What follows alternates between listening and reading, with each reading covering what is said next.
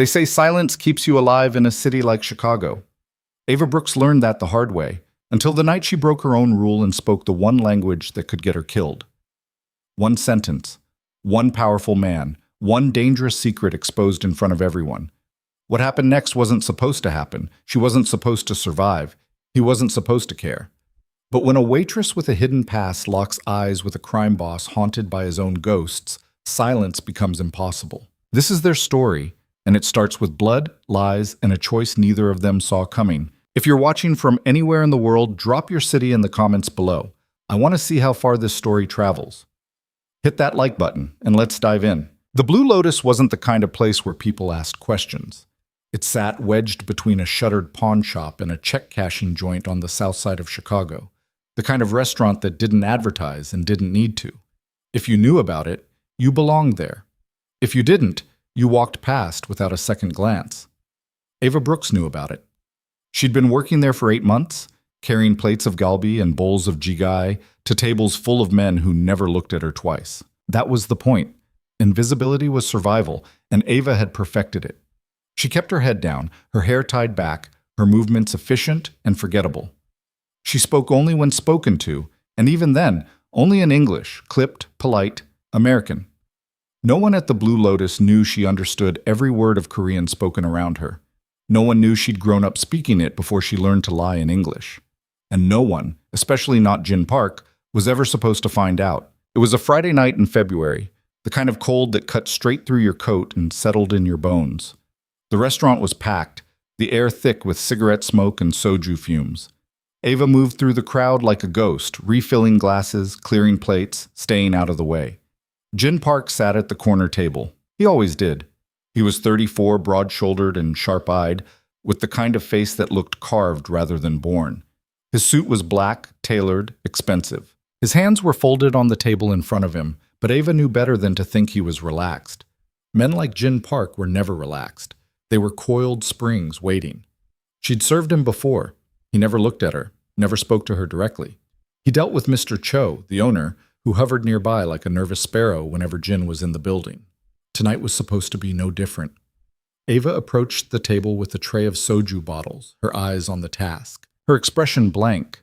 She set the bottles down quietly, efficiently, already turning to leave when one of Jin's men, a thick-necked enforcer named Kwan, grabbed her wrist.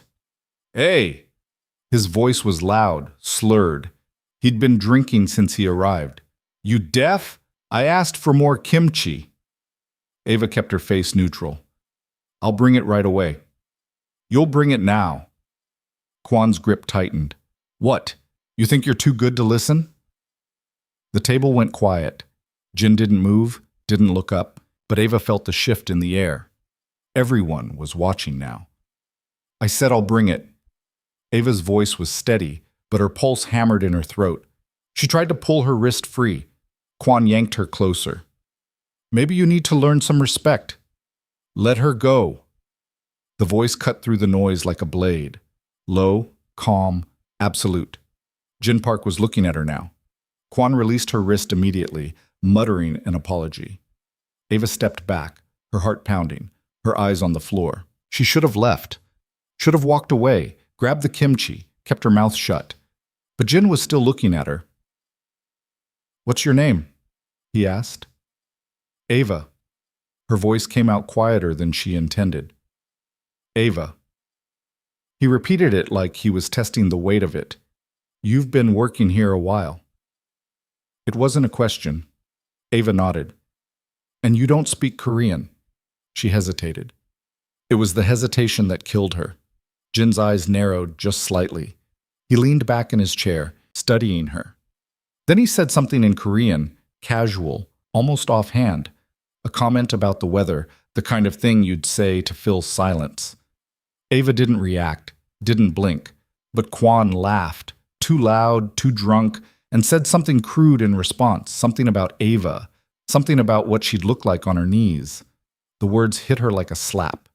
She didn't think, didn't calculate, didn't remember the 8 months of silence she'd built like a fortress around herself. She just turned to Kwan and said, in perfect, fluent Korean, "Say that again, and I'll make sure you're the one on your knees." The room went dead silent. Kwan's face drained of color. Mr. Cho, standing near the kitchen, looked like he might faint. And Jin Park went completely still. Then he smiled.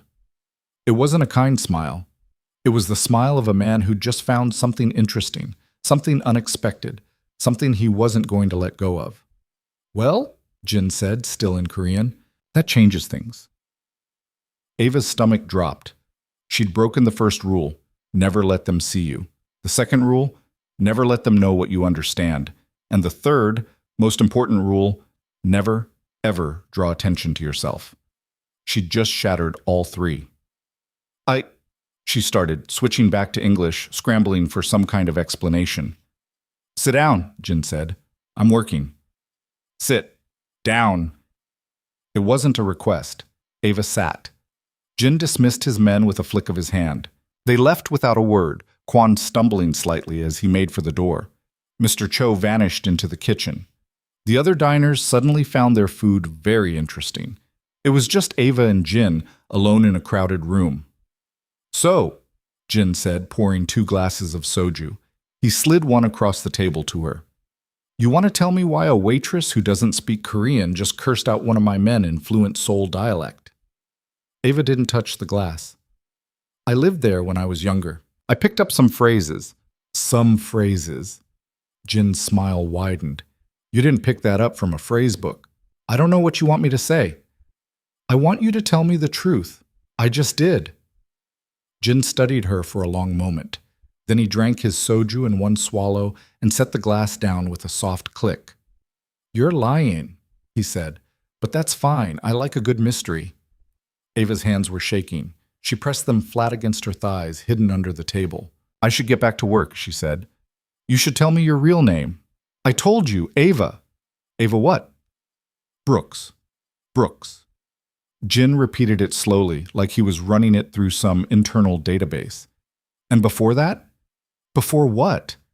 Before you decided to hide in my city, serving soup to criminals. Ava stood up. I'm not hiding. No? Jin stood too, blocking her path. He wasn't touching her, but she felt trapped anyway. Then why do you look like you're about to run? Because you're scaring me. Good. You should be scared. He leaned in close enough that she could smell his cologne, something dark and expensive. But not of me. Not yet. What do you want? I want to know who you are. I want to know why you're here. And I want to know why a girl who speaks Korean like she was born in Busan is slinging noodles in my restaurant. Your restaurant? Jin smiled again. Everything in this neighborhood is mine, Ava Brooks. Including you now. I'm not... You are. He stepped back, giving her space but not freedom. You just became very, very interesting, and I don't let interesting things walk away. Ava's throat tightened. She wanted to argue, to push past him, to run. But running would confirm everything he suspected, so she forced herself to stay still, to meet his eyes. I'm nobody, she said quietly. Just a waitress. Then you have nothing to worry about. Jin pulled a card from his pocket and placed it on the table. My driver will pick you up tomorrow, 8 p.m. For what? Dinner, conversation, truth. He tilted his head. Or I can have this conversation with Mr. Cho instead. Ask him why he hired someone with a fake social security number and no references. Ava's blood ran cold. Jin saw it. Of course he did. 8 p.m. soon, he repeated. Don't make me come find you. He walked past her, his men materializing from the shadows to follow. The door chimed as they left, and the restaurant slowly came back to life. Conversations resuming, chopsticks moving, the world continuing like nothing had happened. But everything had happened. Ava stood frozen by the table, staring at the business card Jin had left behind. Black cardstock, embossed silver lettering. No title, no company. Just a name and a phone number. Her hands were still shaking when she picked it up. So, that night, Ava didn't go home. Home was a studio apartment in Pilsen, 4th floor, no elevator, bars on the windows. It was clean, cheap, anonymous. She'd lived there for 2 years without anyone knowing her real name, her real history, the real reason she'd come to Chicago. But tonight, home felt like a trap. So she walked. She walked through streets slick with old snow, past bodegas and closed storefronts, through neighborhoods that shifted and changed every few blocks. She walked until her feet ached and her face went numb from the cold, until the sky started to lighten at the edges. She ended up at a 24-hour diner on Ashland, the kind of place where the coffee was terrible and no one asked questions. She ordered a cup anyway, wrapped her hands around it, and tried to think. 8 months. She'd made it 8 months without a single mistake. 8 months of keeping her head down, her past buried, her real name hidden so deep even she sometimes forgot it. And now Jin Park knew. Not everything. Not yet. But enough to start digging. And if he dug deep enough, he'd find it. The truth she'd been running from since she was 19 years old. He'd find out who her father was, what her father did, and why Jin Park, of all people, had the best reason in the world to hate her. Ava pressed her palms against her eyes, fighting the panic clawing up her throat. She should run, pack a bag, drain her savings, get on a bus to anywhere else. She'd done it before. She could do it again. But something stopped her. Maybe it was exhaustion. Maybe it was the way Jin had looked at her, not with cruelty, but with curiosity. Like she was a puzzle he wanted to solve, not a threat he wanted to eliminate. Or maybe it was the truth she didn't want to admit. She was tired of running. Her phone buzzed. An unknown number. Tomorrow, 8 p.m. Don't be late. Ava stared at the message, her thumb hovering over the delete button. Then she turned off her phone and ordered another terrible cup of coffee. The next day passed in a haze. Ava called in sick to work, the first time in 8 months. She spent the day in her apartment, pacing, thinking, trying to plan for every possible outcome of the night ahead. By the time 7:30 rolled around, she'd changed her clothes 4 times and still felt like she was walking into an ambush. At exactly 8 p.m., a black car pulled up outside her building. The driver didn't get out, didn't call, just waited. Ava took a breath, grabbed her jacket, and walked downstairs. The driver was older, stone-faced, silent. He opened the door for her without a word. Ava climbed in, and the door closed behind her like a cell locking. They drove north through neighborhoods that got progressively cleaner, quieter, wealthier. The city lights blurred past the tinted windows. Ava watched them, her hands folded in her lap, her mind racing. The car stopped in front of a high-rise in River North, glass and steel, all sharp angles and expensive views. The driver opened her door. Top floor. Ava got out. The lobby was marble and minimalism, the kind of place where even the air felt expensive. A private elevator waited, already open. She stepped inside. The doors closed. The elevator rose. When it opened again, she was standing in a penthouse that looked like it belonged in a magazine. Floor-to-ceiling windows overlooking the city. Furniture that was all clean lines and muted tones. Art on the walls that probably cost more than Ava had made in her entire life. And Jin Park, standing by the window with a glass of whiskey, watching the city below like he owned it. He turned when he heard the elevator. "You came," he said. "You didn't give me a choice." "There's always a choice." He gestured to a chair. "Sit." Ava sat. Not because he told her to, but because her legs felt unsteady. Jin poured a second glass of whiskey and brought it to her. "Drink." "I don't drink." She took the glass, sipped. The whiskey burned going down, but it steadied her. Jin sat across from her, studying her like she was a piece of art he was considering buying. "So," he said, "let's start with the easy question. What's your real name?" Ava met his eyes. "Ava Brooks. And your father's name?" Her hand tightened on the glass. Jin leaned forward. "I'm going to find out eventually.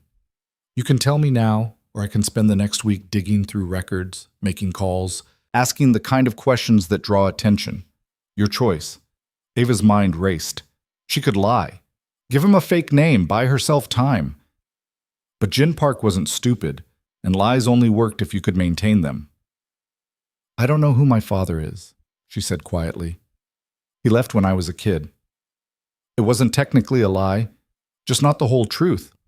Jin's expression didn't change. "And your mother?" "Dead." "Siblings?" "No."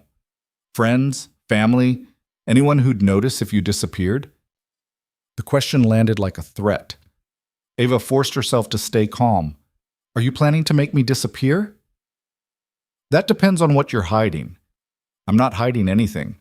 Everyone's hiding something. Jin set his glass down. You speak Korean like you lived there for years. You work under a fake identity. You flinch every time someone gets too close. You're either running from something or running toward it. Which is it? Ava didn't answer. Jin stood up, walked to the window. I grew up in Seoul, he said, his back to her. Came to Chicago when I was 16. Worked my way up from nothing. Built everything you see. He gestured at the city below. And I did it by knowing who to trust and who to eliminate. You know what the difference is? What? Honest liars tell you they're lying. Dangerous liars make you think they're telling the truth. He turned to face her. Which one are you, Ava Brooks? Ava stood up. I think I should go. Sit down. You can't keep me here. I can do whatever I want. Then you're no different than Kwan. The words hung in the air between them, sharp and reckless. Jin's expression darkened. For a moment, Ava thought she'd pushed too far. Then, slowly, he smiled. You're brave, he said. Or stupid.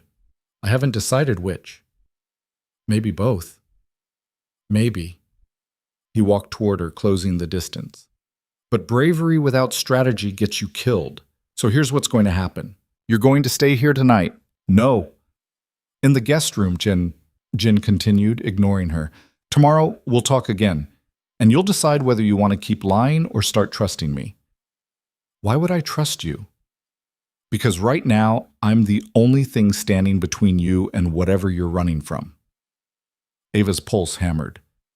You don't know anything about me. Not yet, but I will. Jin stepped back. Guest room's down the hall. Second door. Locks on the inside. I'm not staying. Yes, you are. His voice was calm, certain. Because if you walk out that door, I'll have your real identity by morning, and whatever you're hiding, it'll be on my desk by lunch. Ava's hands curled into fists. She hated him. Hated his certainty, his control, the way he looked at her like she was already his. But he was right. If she ran now, he'd find her, find everything. So she turned without a word and walked down the hall to the guest room. The door closed behind her. She heard the lock click from the outside. Ava stood in the middle of the room, breathing hard, fighting the urge to scream. Then she sat on the edge of the bed and did something she hadn't done in years. She cried. Not because she was trapped, not because she was scared, but because for the first time since she was 19, someone had looked at her and actually seen her. And that terrified her more than anything else. Morning came too bright, too loud.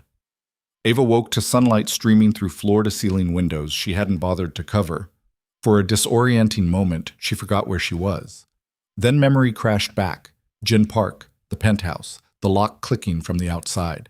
She sat up, her head pounding from crying and exhaustion.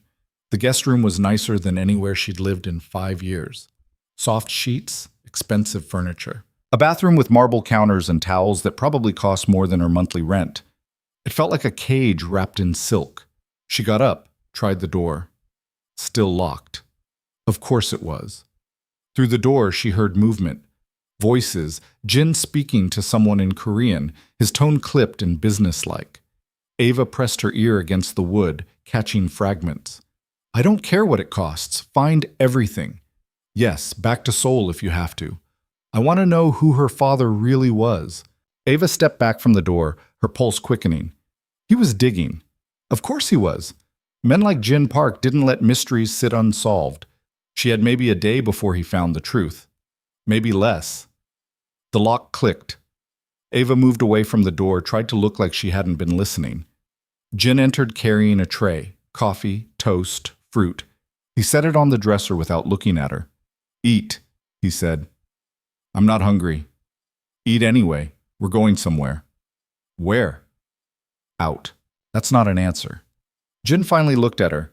He'd changed clothes. Different suit, same expensive cut, but he looked tired, like he hadn't slept either. You want answers? So do I. So we're going to have a conversation, a real one, not the performance you gave me last night. I wasn't performing. You're always performing. Everyone is. He walked to the window, stared out at the city. But I'm done playing games. You're going to tell me who you really are, where you came from, why you speak Korean like you were born in Busan. And you're going to tell me today. And if I don't? Jin turned, his expression hard. Then I make a phone call. Within an hour, every detail of your life gets exposed. Real name, real history, everyone you've ever known. And trust me, someone out there is looking for you. Someone always is. Ava's hands clenched. That's blackmail. That's leverage. There's a difference. Not from where I'm standing. Then maybe you should sit down. They stared at each other, the morning light harsh between them. Ava knew she was trapped, knew fighting would only make it worse, but surrender tasted like ash. Fine, she said quietly. Where are we going? My office. Private, secure, no interruptions. 20 minutes later, they were in Jin's car, a black Mercedes that probably cost more than Ava had earned in her entire life.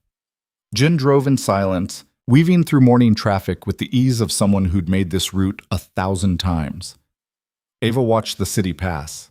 Her city now, even if she'd never felt like she belonged to it. 8 months of serving food, keeping quiet, pretending to be nobody. All of it crumbling because she couldn't keep her mouth shut for one more minute.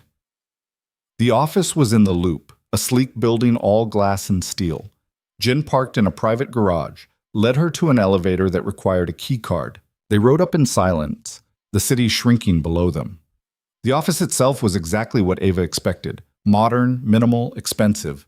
Floor-to-ceiling windows, leather furniture, art on the walls that was probably original. Jin's desk was clean except for a laptop and a single folder. The folder made Ava's stomach drop. Jin saw her looking. Sit. She sat. Jin walked around the desk, opened the folder, and pulled out a photograph. It was her, younger, maybe 15, standing next to a man she recognized instantly, even though she'd spent 5 years trying to forget his face. Her father. Who is he? Jin asked.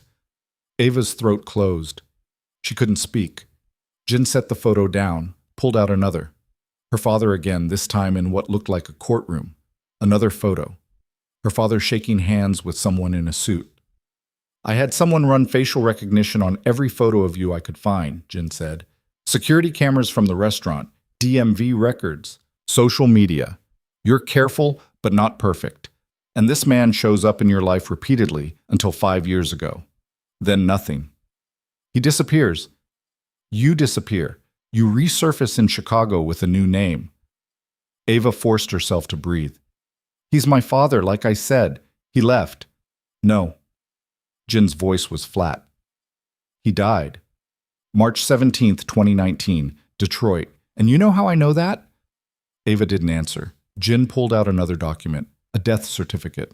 Because I had someone pull every death record in the Midwest for the 6 months before you showed up here, cross-referenced with facial recognition. And there he is. Lee Sang-ho, age 54, cause of death, multiple gunshot wounds. The room tilted. Ava gripped the arms of the chair, fighting to stay upright.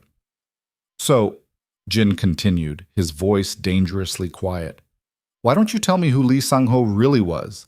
And why his daughter is hiding in my city under a fake name? Ava looked at the photograph of her father, at his smile, at the way he'd looked at the camera like he had nothing to hide. He'd been lying then, too. He was a journalist, she said finally, her voice barely above a whisper. I know. I read his articles, investigative work, focused on organized crime, human trafficking. Jin paused. He exposed some very powerful people. That's why they killed him. Who's they? I don't know. I never found out. Jin studied her face. You're lying again. I'm not. Yes, you are. You know exactly who killed him, or at least you have a theory, and that theory brought you to Chicago, to my restaurant, to me. Ava's heart hammered. She'd known this moment would come eventually, had practiced what she'd say, but now, sitting across from Jin Park with her father's face staring up at her from the desk, all her rehearsed lies evaporated. I don't know who pulled the trigger, she said slowly, but I know whose operation my father was investigating when he died. Lee Kyung-min, your uncle. The silence that followed was absolute. Jin's expression didn't change, but something shifted in his eyes, something cold and dangerous.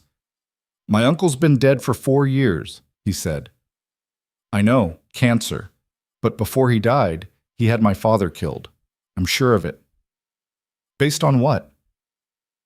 "Based on the fact that my father spent 2 years investigating your uncle's trafficking network. Based on the fact that 3 months after your uncle got out of prison, my father ended up dead in a parking garage. Based on the fact that I've spent 5 years looking over my shoulder, waiting for someone to finish the job." Jin stood up, walked to the window. His shoulders were rigid, his hands shoved in his pockets. "Why didn't you tell me this from the start?" he asked. "Because I thought you'd kill me." "I still might." The words hung in the air, sharp and honest. Ava stood too, her legs shaking, but her voice steady. "Then do it. But don't pretend you didn't know what your uncle was. Don't pretend you didn't benefit from the empire he built." Jin spun around. "I was 17 when I came to this country. 17. I didn't know what he was doing. I didn't ask questions because I was trying to survive. And my father was trying to save people. Women, children, people your uncle treated like cargo. I know what my uncle did. I know it was evil. But that doesn't give you the right to—" Jin stopped, his jaw working. "You came to the Blue Lotus looking for revenge. Admit it." "I came to the Blue Lotus looking for work. I didn't even know you existed until I heard your name. And then I was too scared to leave.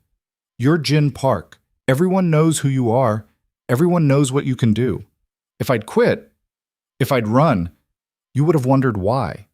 Someone would have looked into it, found out who I really was. So you stayed, got close. I didn't have a choice." "There's always a choice," Ava laughed, bitter and sharp.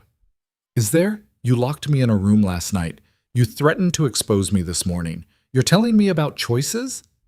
Jin's hands curled into fists. "I'm trying to understand. Understand what? That sometimes people don't get to choose their lives? That sometimes you're just trying to survive?" Ava's voice rose. "My father died trying to do the right thing. I've spent 5 years in hiding because of it. I didn't choose any of this. Neither did you, apparently. So maybe we're both just victims of other people's violence." The last word echoed in the quiet office. Jin stared at her, his expression unreadable. Then, slowly, he walked back to the desk and sat down. "My uncle was a monster," he said quietly.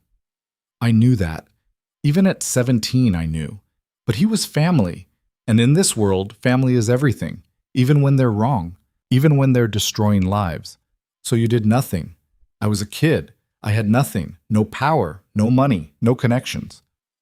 Jin looked up at her. "And then he went to prison. The whole operation collapsed. My family fell apart. My mother got deported. My aunt killed herself. My cousins scattered.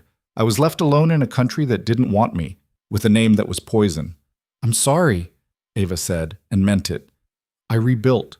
Slowly, carefully. Made sure everything I did was legitimate. Made sure I'd never be associated with what my uncle had done. And I thought I'd succeeded. Thought I'd escaped his shadow." Jin's laugh was hollow. "And then you walk into my restaurant speaking Korean and reminding me that the past never really dies." Ava sat back down. "I didn't come here for revenge. I swear. I just wanted to disappear. Into my life. That was an accident."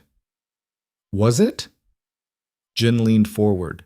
"You speak my language. You understand my world. You're Lee Sang-ho's daughter, and now you're sitting in my office telling me it was all coincidence. Sometimes coincidences happen. Not in my experience." They sat in silence, two people bound by blood and history neither of them chose. Finally, Ava said, "What happens now?" Jin pulled out his phone, made a call, spoke quickly in Korean. When he hung up, he looked at her. "Now we verify your story. I'm having someone pull my uncle's old files, see if your father's name shows up. If you're telling the truth, there should be evidence. And if there is, then we figure out what to do with you. I'm not a problem to be solved. No, you're a complication. There's a difference. Not from where I'm sitting." Jin almost smiled. "You have a smart mouth. Has anyone ever told you that?" "My father. Constantly." The mention of her father hung between them, a ghost neither could dismiss. Jin stood. You'll stay at the penthouse. For now. As your prisoner? As my guest. Under protection. Protection from what? From whoever's been following you for the past 5 years. You think you're careful, Ava. You think you've been invisible, but someone's been watching. Someone always is. Ava's blood went cold. How do you know? Because I've been watching too, and I'm not the only one interested in Lee Sang-ho's daughter. They drove back to the penthouse in heavy silence. Ava's mind raced, trying to process everything. Someone else was watching. Someone else knew who she was. The question was, who? Back at the penthouse, Jin made calls. Ava sat by the window, watching the city below, feeling like a pawn in a game she didn't understand. Around noon, a man arrived, older, maybe 60, with the kind of face that had seen everything and been surprised by nothing. Jin introduced him as Yoon. He handles my security, Jin explained, and he knew my uncle. Yoon studied Ava with sharp eyes. Lee Sang-ho's daughter. I wondered if you'd survived. You knew my father? I knew of him. He was thorough, relentless, got a lot of people arrested, a lot of operations shut down. Yoon's expression was neutral. Also got a lot of people killed. Ava flinched. That's enough, Jin said. Yoon shrugged. Just stating facts. Lee Sang-ho was a good journalist, but journalism has consequences. Sometimes people die because of the truth. People were already dying, Ava said quietly. My father just made sure everyone knew about it. Yoon nodded slowly. Fair point. Jin gestured to the folder Yoon carried. What did you find? Yoon opened it, spread documents across the coffee table. Lee Kyung-min kept detailed records, shipments, payments, names. Your father's investigation is referenced multiple times. Lee Kyung-min knew someone was digging. He tried to find out who. Did he? Ava asked. Eventually, 3 months before he died, he got a name. Lee Sang-ho. Yoon pulled out a handwritten note. Korean characters, translated in the margin. Find him. Eliminate the problem. Make it clean. Ava's hand shook as she read the note. There it was. Proof. Her father's death wasn't random, wasn't a mugging. It was an execution. There's more, Yoon said. He pulled out another document, a photograph. Ava's father standing outside a building talking to someone. The photo was grainy, taken from a distance. That's from 2 weeks before he died. Iche, Yoon said. Lee Kyung-min's people were following him, building a case, waiting for the right moment. Jin took the photo, studied it. Who's he talking to? No idea. The photo doesn't show their face. Ava looked closer. There was something familiar about the stance, the posture, but she couldn't place it. Can I keep this? She asked. Yoon looked at Jin. Jin nodded. Ava took the photo, tucked it carefully into her pocket. Another piece of the puzzle. Another clue to what had really happened to her father. So what now? Yoon asked Jin. Jin was quiet for a long moment. Then he said, now we figure out who else wants Ava dead. Because Lee Kyung-min's been in the ground for 4 years. If someone's still watching her, it's not him. His people, maybe, Yoon suggested. The network didn't completely collapse. Some of them are still operating. Under who? That's the question. Jin looked at Ava. You said people were following you for 5 years? What did they look like? Ava tried to remember. Different people, different faces, but always the same feeling, like I was being hunted. Did they ever approach you? Once, in Ann Arbor. A man came up to me, said he had a message from someone interested in my father's work. I ran. Didn't stick around to find out what the message was. When was this? 2 years ago, right before I came to Chicago. Jin and Yoon exchanged a look. What? Ava asked. 2 years ago, Yoon said slowly, there were rumors. Someone trying to rebuild the trafficking network. New people, new routes, but using Lee Kyung-min's old contacts. Who? We don't know. Whoever it is, they're careful, quiet, but the operation's growing. Ava felt sick. So my father died for nothing. The network's still running. Not for nothing, Jin said. Your father's investigation put dozens of people in prison, saved hundreds of lives. The fact that someone is trying to rebuild doesn't erase that. But they're still hurting people. Yes, which is why we're going to stop them. Ava looked at him, surprised. We? Jin's expression was hard. You're right. About my uncle, about what he did. I should have stopped him. I was too young, too scared, too focused on survival. But I'm not that person anymore. And if someone's using my family's name to build a new operation, I'm going to burn it to the ground. Why? Because I owe your father that much. Because I owe those victims that much. Because I'm tired of living in my uncle's shadow. Yoon cleared his throat. Jin, think about this. If you go after them, they'll come after you, your business, your reputation, everything you've built. Then I'll build something better. You could die. Everyone dies, Yoon. Question is whether you die for something meaningful. Ava stared at Jin, seeing him clearly for the first time. Not the crime boss, not the threat, but a man trying to escape a legacy he never chose. If we do this, she said slowly, I want to be involved. Every step. Jin shook his head. Too dangerous. I didn't ask for permission. My father started this fight. I'm finishing it. Ava, I'm finishing it, she repeated. With or without you. Jin looked at her for a long moment. Then, reluctantly, he nodded. Fine. But you follow my lead. You do exactly what I say. And if it gets too dangerous, you walk away. Deal. They shook hands. It felt formal, strange, like signing a contract written in blood. Yoon watched the exchange, his expression thoughtful.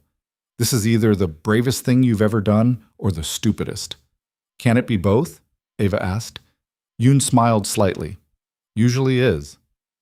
Over the next few days, Ava learned what Jin Park's world really looked like. Not the restaurants and legitimate businesses he showed the public, but the network underneath, the people who owed him favors, the connections that stretched across the city, the information that flowed like currency.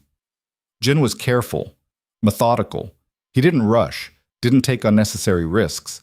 Every move was calculated, every conversation strategic. Ava watched and learned how to read a room, how to spot a lie, how to ask questions that sounded casual but extracted information. She also learned about Jin, little things, the way he took his coffee, the fact that he couldn't sleep past 5 in the morning, the scar on his left hand from a knife fight when he was 19, the way he checked his phone obsessively, always waiting for the next crisis. You don't relax, do you? She asked one evening. They were in the penthouse reviewing notes from a meeting with one of Jin's informants. Jin looked up from his laptop. Relaxing gets you killed. Everyone needs downtime. I'll relax when I'm dead. That's depressing. That's reality. Jin closed the laptop. In this world, you're either predator or prey. The moment you let your guard down, you become prey. Is that what you think I am? Prey? I think you're trying very hard not to be, but yes, without me, you're prey. The words should have insulted her. Instead, they just felt true. My father used to say something similar, Ava said quietly. He said the world was full of hunters. The best you could do was learn to hunt back. Smart man. Dead man. Jin's expression softened slightly. I'm sorry about what happened to him. You didn't pull the trigger. No, but my family did. That's close enough. They sat in silence, the weight of history pressing down on them. Finally, Ava said, Do you think we can actually do this? Stop the network? I don't know, but I think we have to try. Why? Jin looked at her. Because some things are worth fighting for, even when you know you'll probably lose. 3 days later, they got their first real lead. One of Jin's informants, a dock worker who moved cargo for various operations, reported unusual activity. Containers arriving at odd hours, manifests that didn't match contents, the kind of irregularities that suggested something illegal. Jin and Ava drove to the docks after midnight. Yoon came too, along with 2 other men Ava didn't recognize. They parked a block away, moved through the darkness on foot. The dock was quiet, most of the workers gone for the night, but one warehouse was lit up, activity visible through the grimy windows. Jin held up a hand.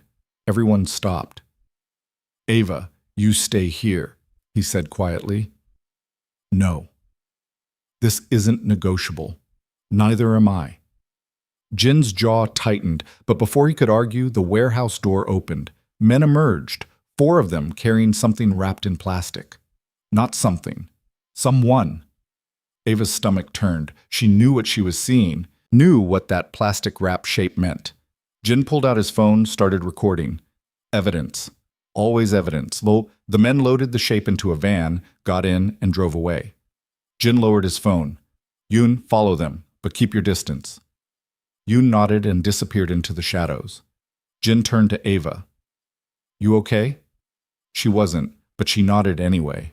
They waited. 15 minutes, 20. Finally, Yoon returned. They went to a warehouse in Pilsen, near 23rd. I got the address. But Jin looked at Ava. Still want to be involved? Ava thought about the shape in the plastic, about her father, about 5 years of running. Yes, she said. Jin nodded. Then tomorrow, we find out who's running this operation, and we make them pay. They drove back to the penthouse in silence.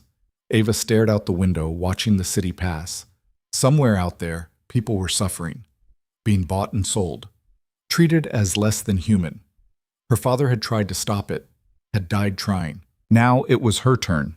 She just hoped she'd survive long enough to make a difference. The folder sat on the table between them like a loaded gun. Ava stared at it, her coffee going cold in her hands. They were in Jin's penthouse again, 3 weeks after she'd moved in, 2 weeks after she'd stopped pretending this was temporary, and exactly 5 days after she'd let herself believe that maybe, just maybe, she could have something that felt like safety. The folder proved otherwise. Open it, Jin said. His voice was different, flat. The warmth that had crept into it over the past weeks, the almost smiles during their late-night conversations, the way he'd started saying her name like it meant something, all of it was gone. Jin, open it. Ava's hand shook as she reached for the folder. She knew what was inside before she saw it. She'd known this moment was coming since the night she'd spoken Korean in the Blue Lotus. Maybe before that. Maybe since the day she'd arrived in Chicago with a new name and a past she thought she could bury. The first page was a photograph. Her father, young and smiling, standing in front of a building she recognized. Seoul, 25 years ago. The second page was a police report, Korean characters translated into English in the margins. The third page was a death certificate. Her father's name, Lee Sang-ho. Date of death, March 17, 2019. Cause of death, multiple gunshot wounds. Perpetrator, unknown. Except it wasn't unknown. Not to Jin. Not anymore.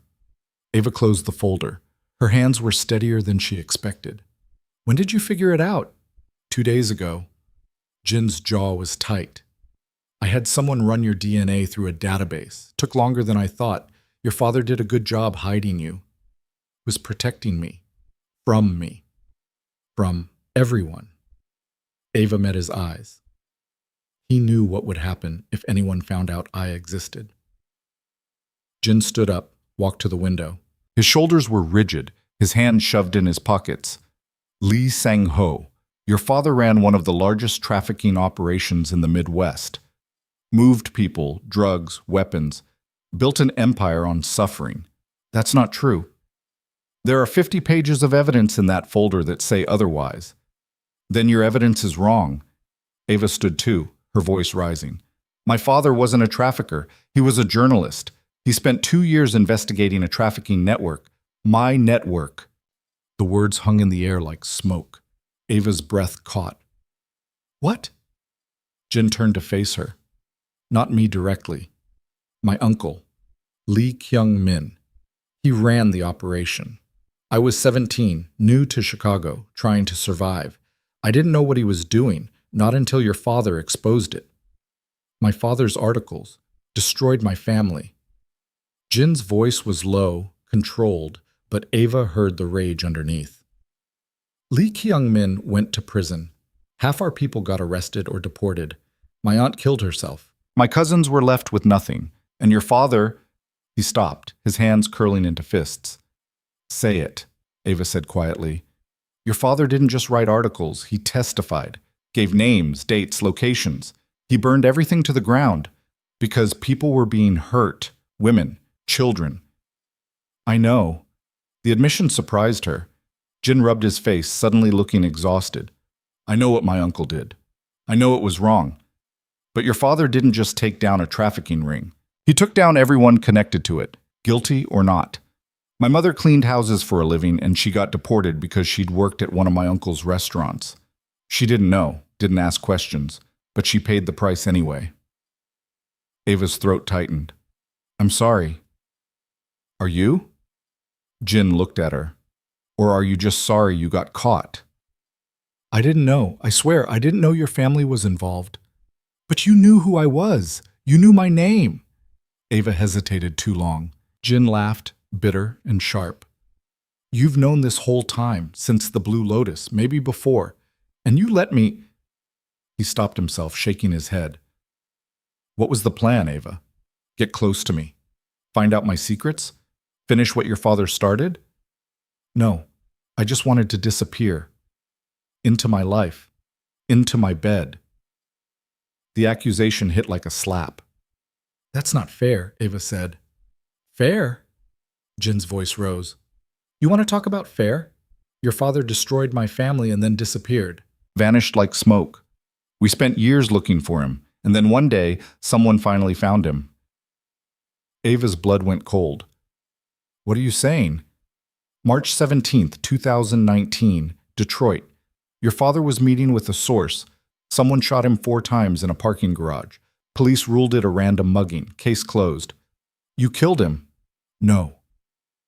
Jin's eyes were hard. But I know who did. The room tilted. Ava grabbed the back of the chair to steady herself. Who? Does it matter?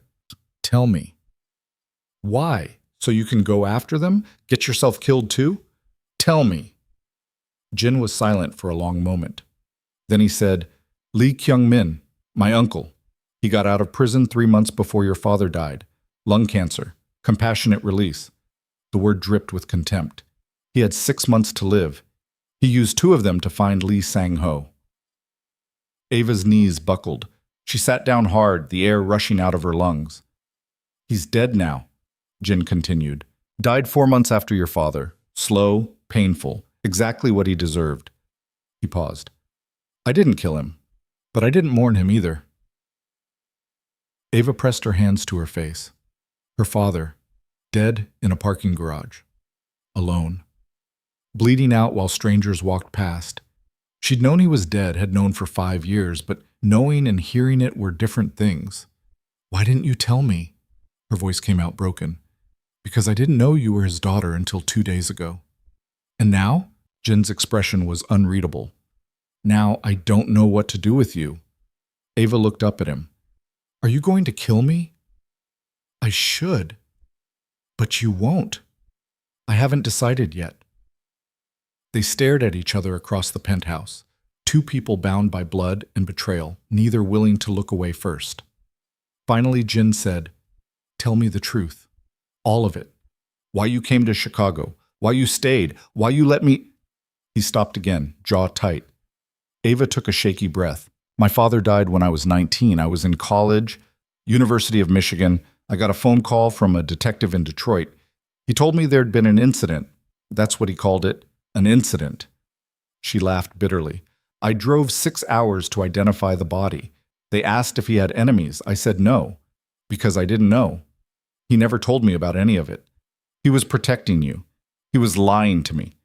My whole childhood, I thought he was a translator, corporate documents, legal contracts. Boring work. I had no idea he was investigating anything. And then he's dead, and suddenly there are men showing up at my apartment asking questions, following me, watching me. Jin's expression shifted slightly. Who? I don't know. I never found out. I just knew I wasn't safe. So I ran, changed my name, moved to Chicago because it was big enough to get lost in. And the Blue Lotus? I needed work, cash, no questions. Mr. Cho hired me on the spot. Ava met his eyes.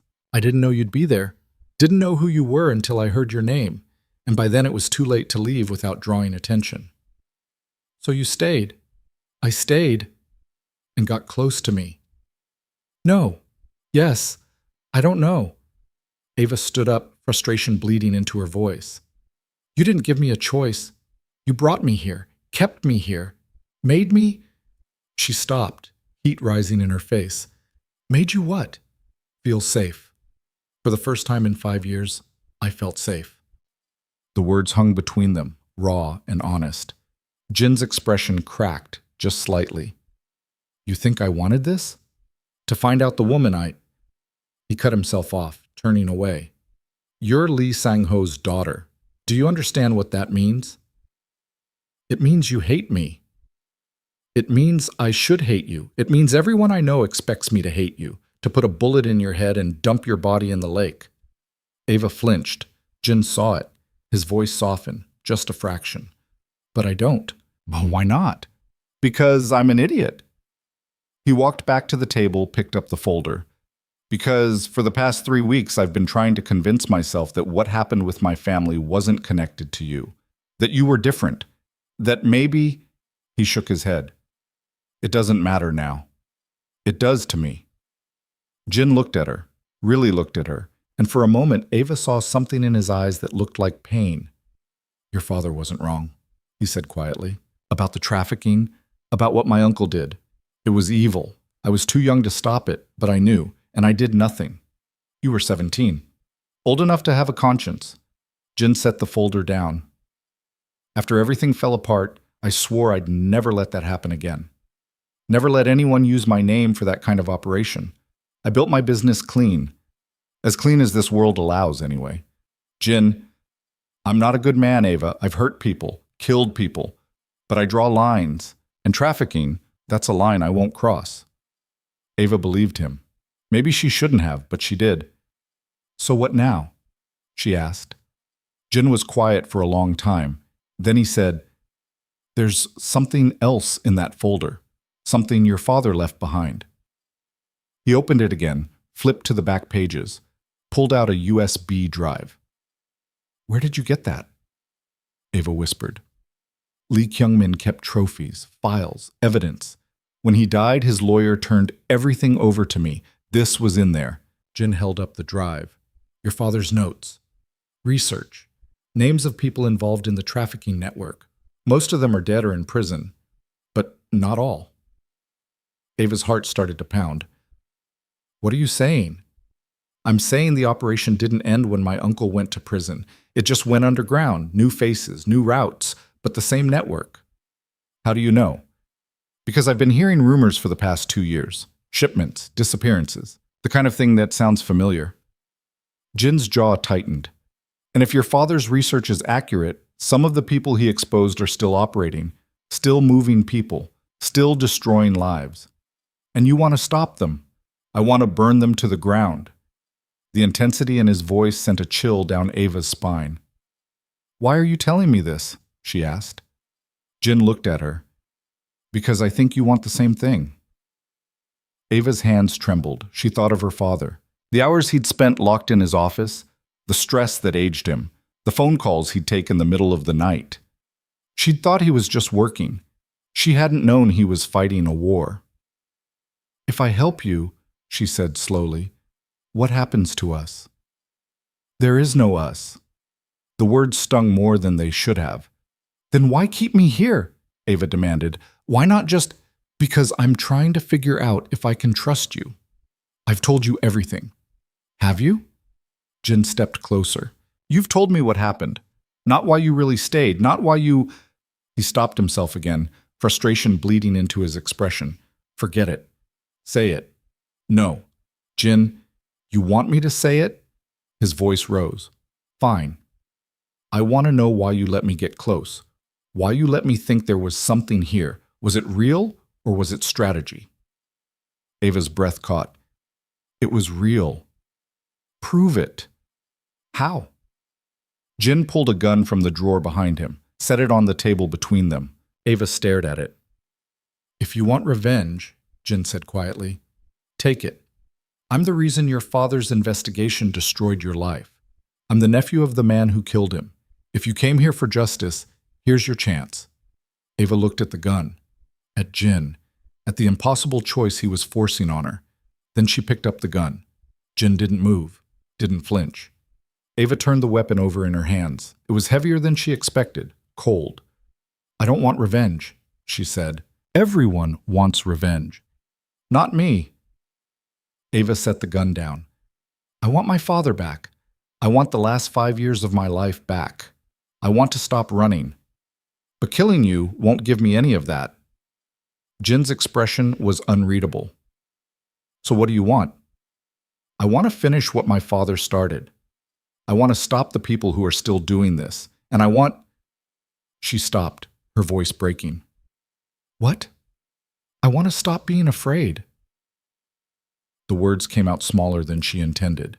Jin was quiet for a long moment. Then he said, "If we do this, if we go after these people, it's going to get ugly. They'll come after us. After you. I know. You could die. I'm already living like I'm dead."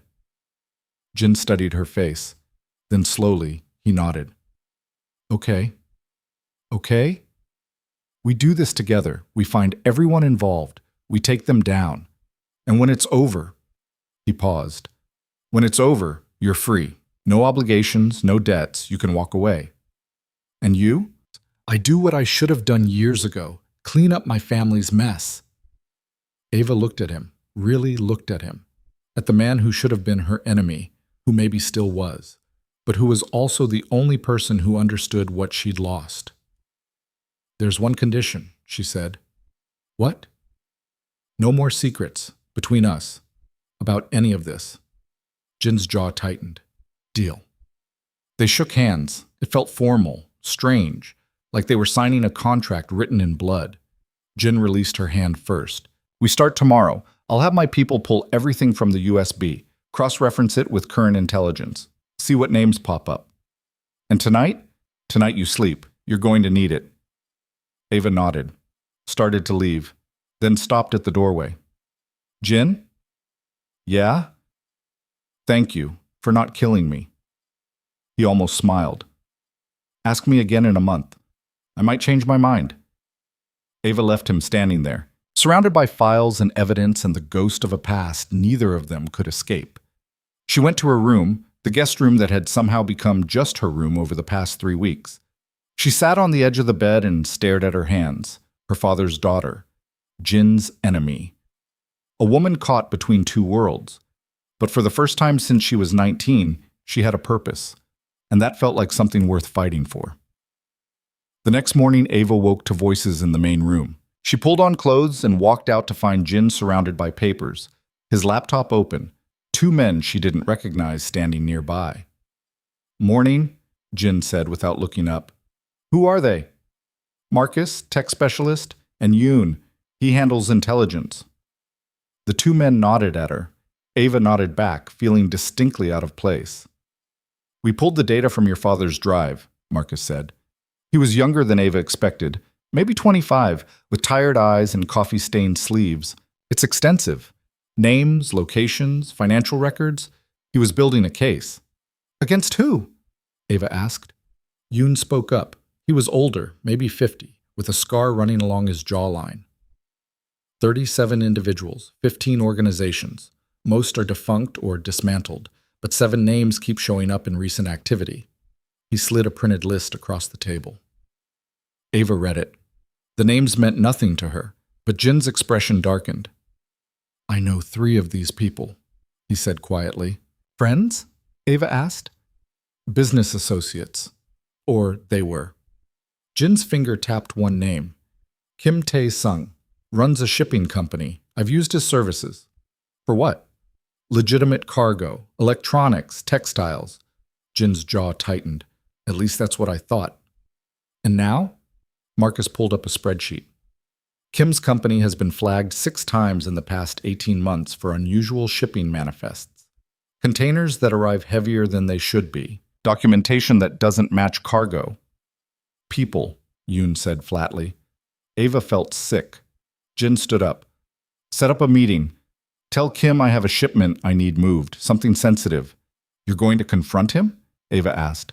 "I'm going to confirm. Then I'm going to bury him." The certainty in his voice was terrifying. The meeting was set for that night. A warehouse on the south side, neutral territory. Jin insisted Ava stay at the penthouse, but she refused. "I'm part of this," she said. "You're a liability. I'm my father's daughter. If Kim knows who I am, it might shake something loose." Jin didn't like it, but he didn't argue. Instead, he handed her a gun. "You know how to use this?" Ava took it. "My father taught me, just in case." "Smart man." They drove to the warehouse in silence. Marcus and Yoon followed in a second car. The building was abandoned, or looked like it. Broken windows, rusted doors, graffiti covering every surface. Kim was already there. He was in his 50s, well-dressed, confident. 2 bodyguards flanked him. "Jin." Kim smiled. "It's been too long." "Not long enough." Jin's voice was cold. Kim's smile faltered. "Something wrong?" "You tell me." The temperature in the room dropped. Kim looked at Ava. "Who's this?" "A friend," Jin said. "Doesn't look like your type." Appearances change. Kim studied Ava for a moment longer, then turned back to Jin. "You said you had a shipment. What kind?" "The kind that needs discretion." "I specialize in discretion." "I know, I've seen your manifests." Kim went still. "I don't know what you're implying." Jin pulled out a folder, dropped it on the crate between them. 18 shipments in the past year, all flagged, all containing inconsistencies. Kim didn't open the folder. Mistakes happen. 18 times? What do you want, Jin? The truth. Are you moving people? Kim's expression hardened. Careful. That's a dangerous accusation. Answer the question. For a moment, Ava thought Kim might deny it, might lie. But then he sighed, almost weary. You want the truth? Fine. Yes. I move people. Men, women, whoever pays. It's business. Jin's hands curled into fists. Don't look at me like that, Kim said. You're not clean. None of us are. This city runs on compromise. There's compromise and there's slavery. Kim laughed. Slavery? These people want to come here. They pay for passage. I provide it. And what happens when they arrive? Not my problem. Jin pulled his gun, aimed it at Kim's head. Kim's bodyguards drew their weapons immediately. Yoon and Marcus did the same.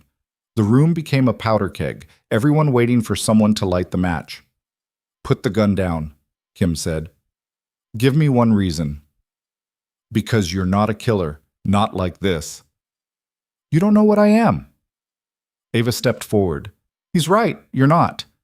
Jin's finger didn't move from the trigger. If you kill him here, Ava continued, her voice steady, it's over. No evidence, no prosecution, just another body. Is that what you want? Jin's jaw worked. My father spent 2 years building a case, Ava said. Not for revenge, for justice. Don't throw that away. Slowly, Jin lowered the gun. Kim exhaled. But if you run, Jin said quietly, I will hunt you down. And next time, she won't be here to stop me. Kim straightened his jacket. I have partners. People more dangerous than you. Names. Go to hell. Jin looked at Yoon. Yoon nodded. 30 seconds later, Kim was on his knees, his bodyguards disarmed, zip ties around his wrists. Last chance, Jin said. Names. Kim spat blood. You're dead. All of you. Jin pulled out his phone. Marcus, send everything we have to the FBI. Include Kim's shipping records, testimony from the manifests, all of it. Wait. Kim's eyes went wide. You can't... Watch me. Marcus's fingers flew across his laptop. Sent. Kim's face drained of color. They'll kill me.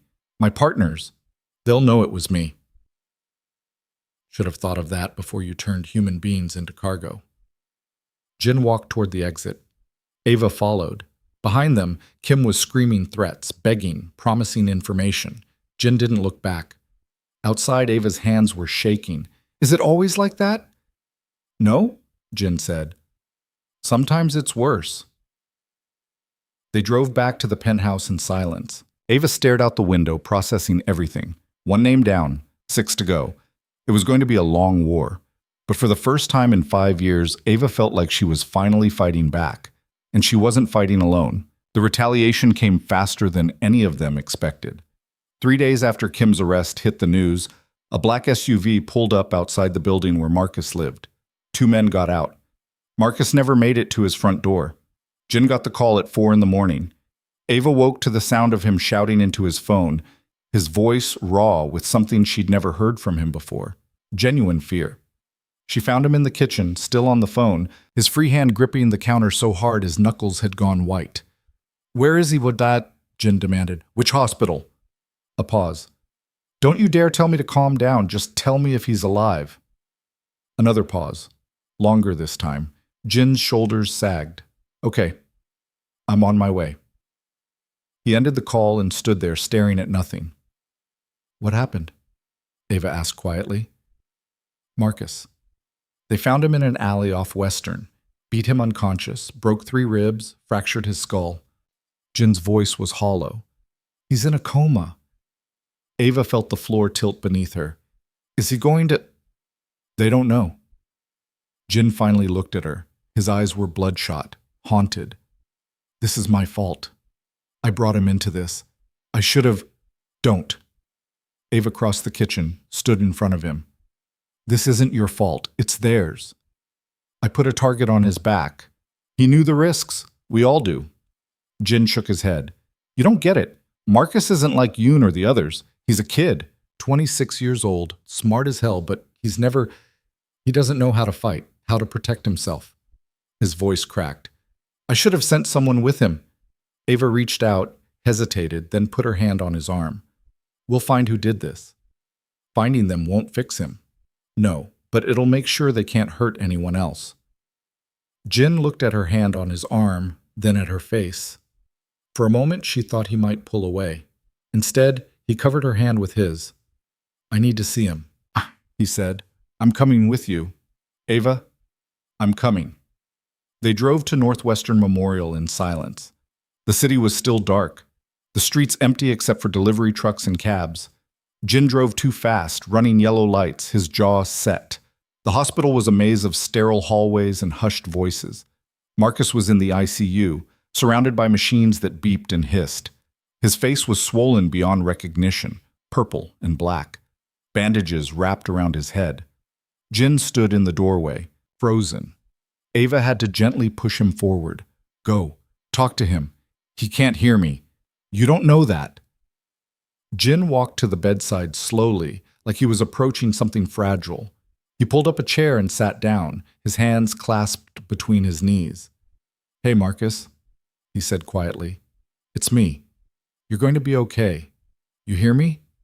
You're going to wake up and complain about the coffee here and tell me I'm an idiot for not encrypting our files better." His voice wavered. "And then you're going to take a vacation. Somewhere far away from all this. Somewhere safe." Marcus didn't move. The machines kept beeping. Jin stayed there for an hour, talking to someone who couldn't answer. Ava stood by the window, giving him space, her own guilt settling like a stone in her chest. This was what her father's crusade had cost. Not just his own life, but the lives of everyone who got close to the truth. And now Marcus was paying the price for secrets that weren't even his. When they finally left the hospital, dawn was breaking over the lake, painting the sky in shades of bruised purple and gold. "I'm pulling the plug on this," Jin said as they got back in the car. Ava turned to him. "What?" "It's over. I'm calling it off. You can't—" "Watch me. I'll delete the files. Tell the FBI we made a mistake. Pay Kim's lawyers if I have to. Whatever it takes to make this stop. Jin, listen to yourself. If we stop now, Marcus got hurt for nothing.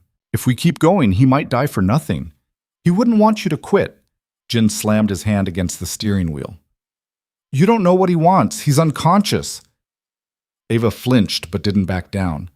"I know what my father wanted. He died trying to stop these people. If we quit now, we're spitting on everything he's sacrificed. Your father got himself killed. I won't let that happen to anyone else. It's not your decision to make alone." "Yes, it is. This is my operation, my people, my responsibility, and my fight." Ava's voice rose. You don't get to protect me by making me invisible again. I spent 5 years hiding. I'm done. Jin turned to look at her, his eyes hard. You want to know what happened to the last person who said that to me? She's buried in Oakwood Cemetery, 23 years old, thought she could handle herself, thought she was invincible. They found her in the river with her throat cut. Ava's breath caught. Who was she? Someone I cared about. Someone I failed to protect. Jin's hands tightened on the wheel. I won't make that mistake again. I'm not her. No, you're worse. You're reckless and stubborn, and you think being brave is the same as being smart. And you think being afraid is the same as being careful. They stared at each other, the tension thick enough to choke on. Finally, Jin started the car. We're going back to the penthouse. We're going to sleep. And then we're going to figure out what the hell we're doing. We're going after whoever hurt Marcus. Ava, that's not negotiable. Jin's jaw worked. Then, quietly, he said, Fine. But we do it my way. No more improvising. No more risks. We plan every step. Agreed. They drove back in silence, but it felt different now. Less like anger, more like an understanding neither of them wanted to name. Back at the penthouse, Yoon was waiting. He looked like he hadn't slept either, his face drawn and grim. I found them, he said without preamble. Jin stopped in the doorway.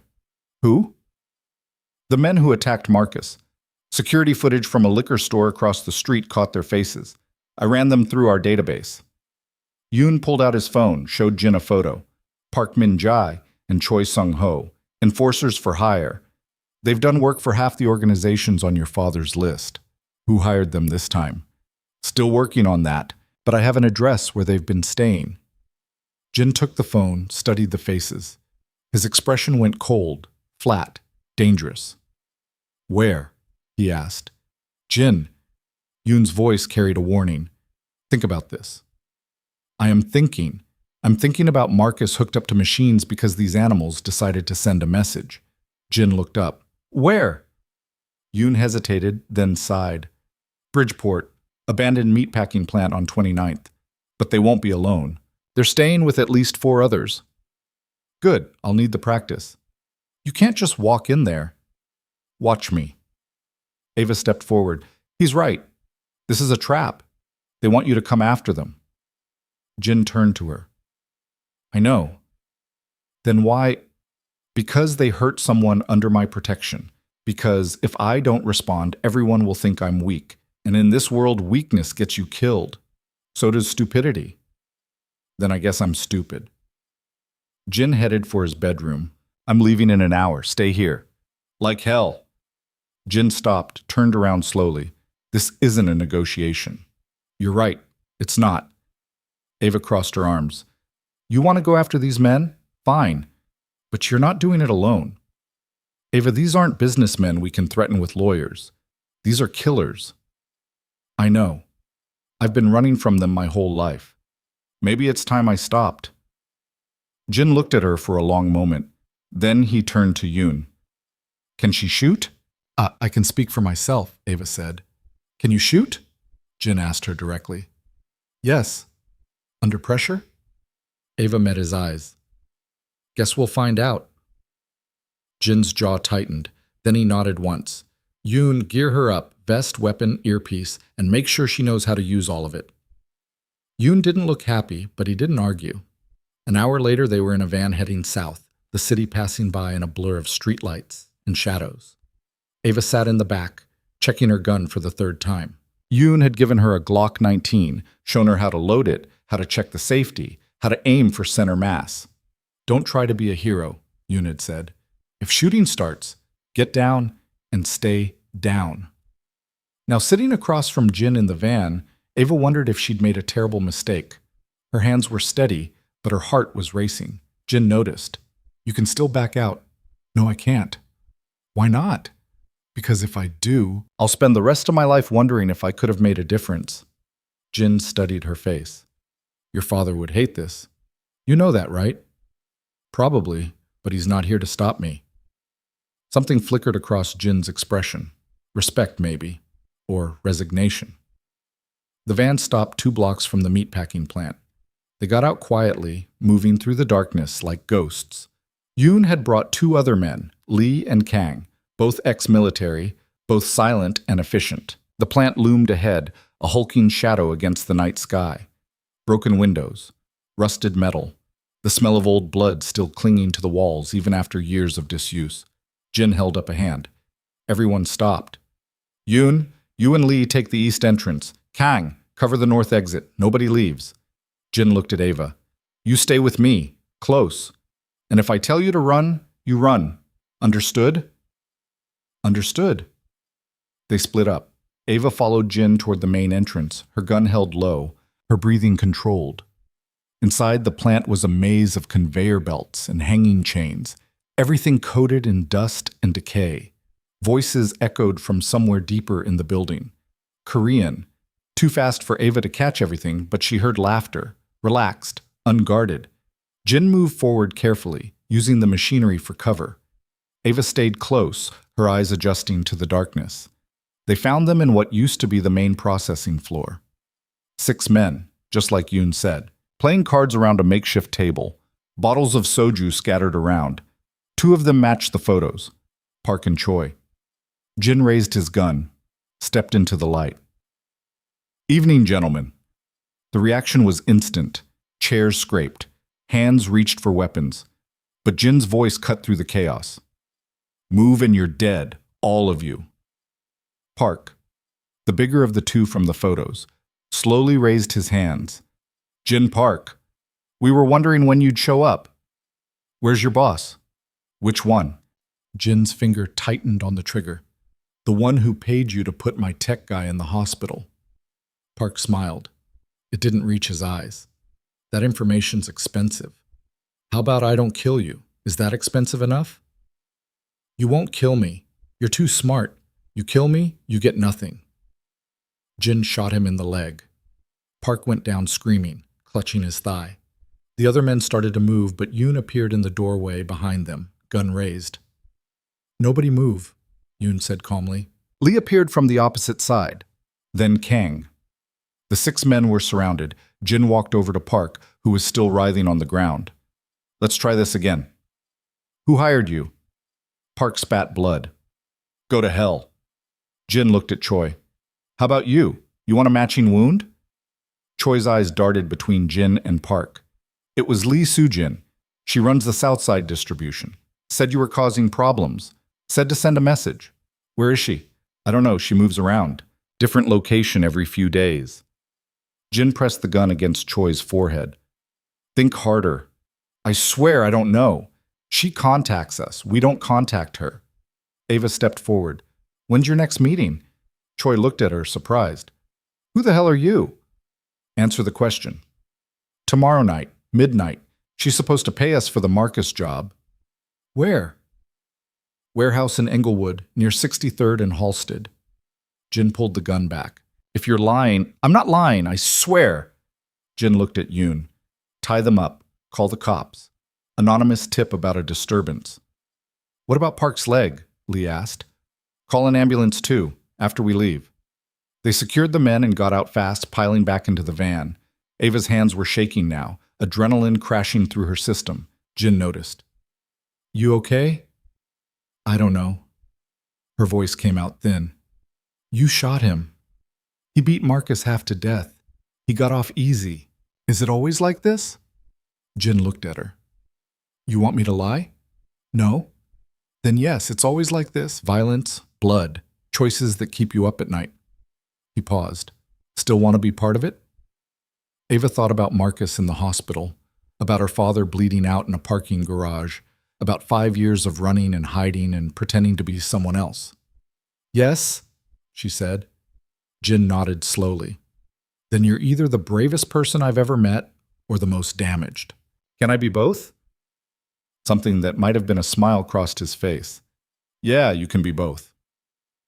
They drove back to the penthouse in silence. Ava stared out the window, watching the city slide past, trying to process everything that had just happened. She'd walked into a building full of armed men. She'd watched Jin shoot someone. She'd threatened a criminal without flinching. Her father would have been horrified, but her father was dead, and Ava was finally fighting back. The next day was spent planning. Yoon ran surveillance on the Inglewood warehouse. Lee and Kang scouted exits and approaches. Jin made calls, pulled favors, assembled resources. Ava sat at the kitchen table, cleaning her gun, trying to ignore the way her hands still trembled slightly when she thought about the night before. Jin found her there in the afternoon, staring at the disassembled weapon. "Having second thoughts?" he asked. "Third and fourth thoughts, actually." He sat down across from her. "You don't have to come tonight." "Yes, I do." "Why?" Ava looked up at him. "Because if I stop now, I'll lose my nerve. And I can't afford to lose my nerve. Not when we're this close." Jin was quiet for a moment. Then he said, "I talked to the hospital. Marcus is showing some brain activity. The doctors think he might wake up." Relief flooded through her. "That's good. That's really good." "Yeah." Jin's expression softened slightly. "When he does, I'm telling him he's done. No more jobs. I'll set him up somewhere safe, somewhere far from all this." "Will he go?" "He doesn't have a choice." "Everyone has a choice." Jin met her eyes. "Do they?" The question hung in the air between them, heavy with meaning. Ava thought about her choices. Coming to Chicago, staying at the Blue Lotus, speaking Korean that night, everything that had led her to this moment, sitting across from a man who should have been her enemy but felt like something else entirely. "I think we make choices," she said slowly, "and then we live with the consequences. And if the consequences destroy you, then at least you chose the destruction. It's better than letting someone else choose it for you." Jin studied her face. "You really are your father's daughter. Is that a compliment?" "I'm not sure yet." Midnight came too fast. They drove to Englewood in 2 cars, Jin and Ava in one, Yoon and the others following at a distance. The warehouse was exactly where Choi said it would be, a squat concrete building surrounded by chain-link fence. 2 guards stood outside. Jin drove past once, circling the block, taking in exits and angles. "Lee Soo-jin is smart," he said. "She'll have more than 2 guards. Probably 4 inside, maybe more." "How do we play this?" Ava asked. Jin pulled the car into an alley 3 blocks away, killed the engine. "We wait until she arrives, confirm it's actually her, then we move. And if she doesn't show, then Choi lied and we wasted a night." They waited, 20 minutes, 30. Ava's nerves stretched tighter with each passing minute, then Yoon's voice crackled through the earpiece. "Vehicle approaching, black Mercedes. Matches the description." Jin leaned forward, watching through binoculars. The Mercedes pulled up to the warehouse. A woman got out, mid-40s, elegant, dressed like she was going to dinner rather than a criminal meeting. "That's her," Jin said. "How do you know?" "I've met her before. 5 years ago, business dinner. She was charming, smart. I had no idea she was involved in any of this." His voice hardened. "Time to fix that." They got out of the car, moving quickly but quietly. Yoon and the others converged from different directions. The 2 guards outside never saw them coming. Lee and Kang took them down silently, efficiently. Inside, the warehouse was mostly empty except for a small office in the back. Light spilled from under the door. Voices filtered through, Lee Soo-jin and at least 2 others. Jin positioned everyone. Looked at Ava. "Last chance. Stop asking me that." He almost smiled. Then he kicked in the door. The scene inside froze like a photograph.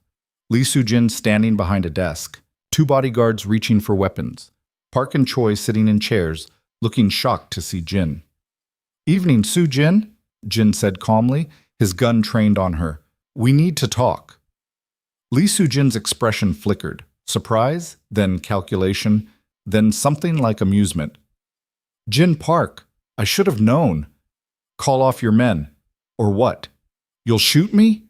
In front of witnesses?" "They're not witnesses, they're accomplices." Jin's voice was ice. "And yes, I'll shoot you. But first, you're going to tell me who else is involved in the trafficking network." "I don't know what you're talking about." "Don't insult my intelligence." Lee Soo-jin smiled. "You're out of your depth, Jin. This isn't about territory or respect. This is business. Big business. International. You can't stop it. Watch me. You kill me. Someone else takes my place. You expose the network. We rebuild. This doesn't end just because you want it to. Ava stepped forward. It ended for my father. Lee Soo-jin's gaze shifted to her, really seeing her for the first time. And who are you? Lee Sang-ho's daughter. Recognition flashed across Lee Soo-jin's face, then fear. You're supposed to be dead, she whispered. Surprise. Lee Soo-jin's composure cracked. She looked at Jin. You're working with her? Do you have any idea what you've done? I'm cleaning up a mess that should have been dealt with years ago. The people behind this network, they won't let this go. They'll come after you, after her, after everyone you care about. Let them come, Lee Soo-jin laughed, bitter and sharp. You stupid, arrogant fool. You think you're fighting criminals? You're fighting a system, one that goes all the way to the top. What top? Ava demanded. Lee Soo-jin looked at her. Government, law enforcement, people you trust, people your father trusted. Why do you think he's dead? Why do you think his investigation died with him? Ava's blood ran cold. Jin's gun didn't waver. Names. You want names? Fine. Start with Detective Morrison, Chicago PD. He's been on our payroll for 6 years. Then there's Judge Caldwell. She makes sure our people never see trial. Oh, and Senator Park, no relation to you, I assume. He's the reason our shipping routes stay open. You're lying. Am I? Check your father's files, the ones he never published, the ones he kept separate. He knew. He knew it went deeper than street-level operators. Lee Soo-jin's smile was cold. That's why they killed him. Not because of what he exposed, because of what he was about to expose. Ava felt the world tilt. Her father had more files, files he'd kept hidden, files that might still be out there. Where? She asked. Where are the files?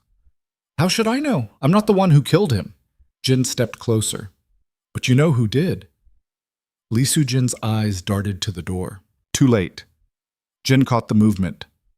Going somewhere? You can't hold me here forever.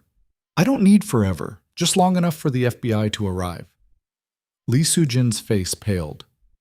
You wouldn't. I already called them. They're 5 minutes out. It was a bluff. Ava could tell from the slight tension in Jin's shoulders, but Lee Soo-jin couldn't. She crumbled. Fine, I'll tell you what I know. Just don't hand me over. Talk. Lee Soo-jin sank into her chair. Your father's files are in a safety deposit box. First National Bank, under the name James Brooks. Ava's breath caught, her father's American alias. Box number? Jin asked. I don't know, but his lawyer would. Richard Chen. He handled all your father's legal work. Chen's dead, Ava said quietly. He died 2 years ago. Car accident. Lee Soo-jin's smile was grim. There are no accidents in this business. Sirens wailed in the distance. Real ones this time. Jin swore. Someone called the cops. That would be me. Lee Soo-jin pulled a phone from her pocket. Dead man's switch. Sent an alert the moment you walked in. They had maybe 2 minutes before the police arrived. Jin looked at Yoon. Get everyone out, now. They moved fast, leaving through the back exit as the sirens got closer. Ava ran, her heart pounding, Lee Soo-jin's words echoing in her head. More files, more secrets, more people who wanted her father's truth buried. They made it back to the cars and drove away just as police cruisers screeched into the warehouse parking lot. Back at the penthouse, everyone was on edge. They'd gotten information but lost their chance to bring Lee Soo-jin in. She'll disappear now, Yoon said grimly. Go underground. We won't find her again. We don't need to find her, Ava said. We need to find my father's files. Jin nodded. First National Bank, tomorrow morning. We find that safety deposit box. But Ava was already thinking ahead, about what those files might contain, about who else might be looking for them, and about whether she was ready for what they'd reveal. First National Bank opened at 9. Ava and Jin were waiting in the parking lot at 8:30, drinking coffee that had gone cold an hour ago. Neither of them had slept.